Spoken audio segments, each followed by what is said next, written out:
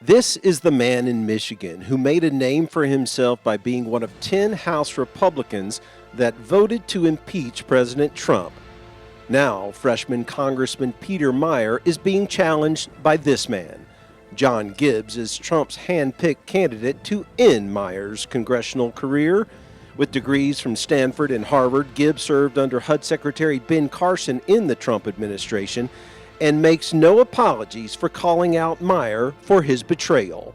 It's an assault on the Constitution. Several of my future constituents have told me that when you use impeachment as a simple way to disagree with someone, which is not what it's intended for, it's intended for real high crimes and misdemeanors, not because of policy disagreements, you're basically spitting on the Constitution, which is what he and every single other person that voted for impeachment is doing. They're making a total joke of our Constitution.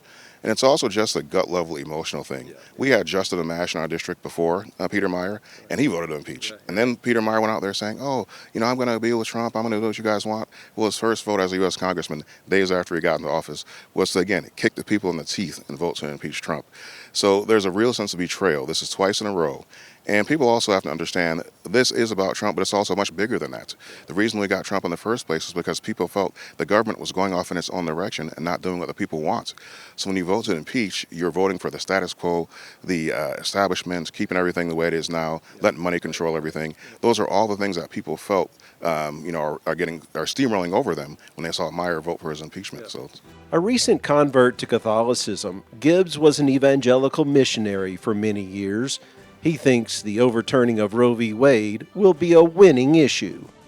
Very historic moment we're living in for many reasons, but especially because Roe stands to be overturned, which is absolutely the correct decision. If you ask the average person in polling, do you think that the abortion issue should be decided by a big federal government in D.C. or should be decided more locally by the states? The overwhelming majority of people agree that this is an issue that should be at the state level.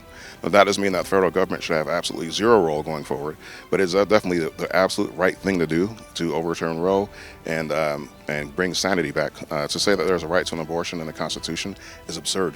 Make no mistake, this is a big race with national implications. It's going to be making national headlines. Right now, the poll numbers are looking really, really good for John, but he's going to need help from the church. And on that note, he has a very blunt and simple message for evangelicals and Catholics. A lot of the churches are being very afraid.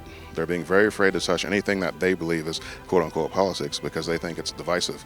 But they don't realize that they're going to be gone one day if we keep going on the path we're going down now. They'll be legislated out of business. They'll say, if you don't agree with our position on LGBT or whatever it might be, we're shutting down your church. That's the direction that some would like to go in this country. And if the church doesn't stand up, especially the pastors and priests, some of them don't stand up on this, we're really going to be in a tough position. So they've got to stand up more than we're doing now.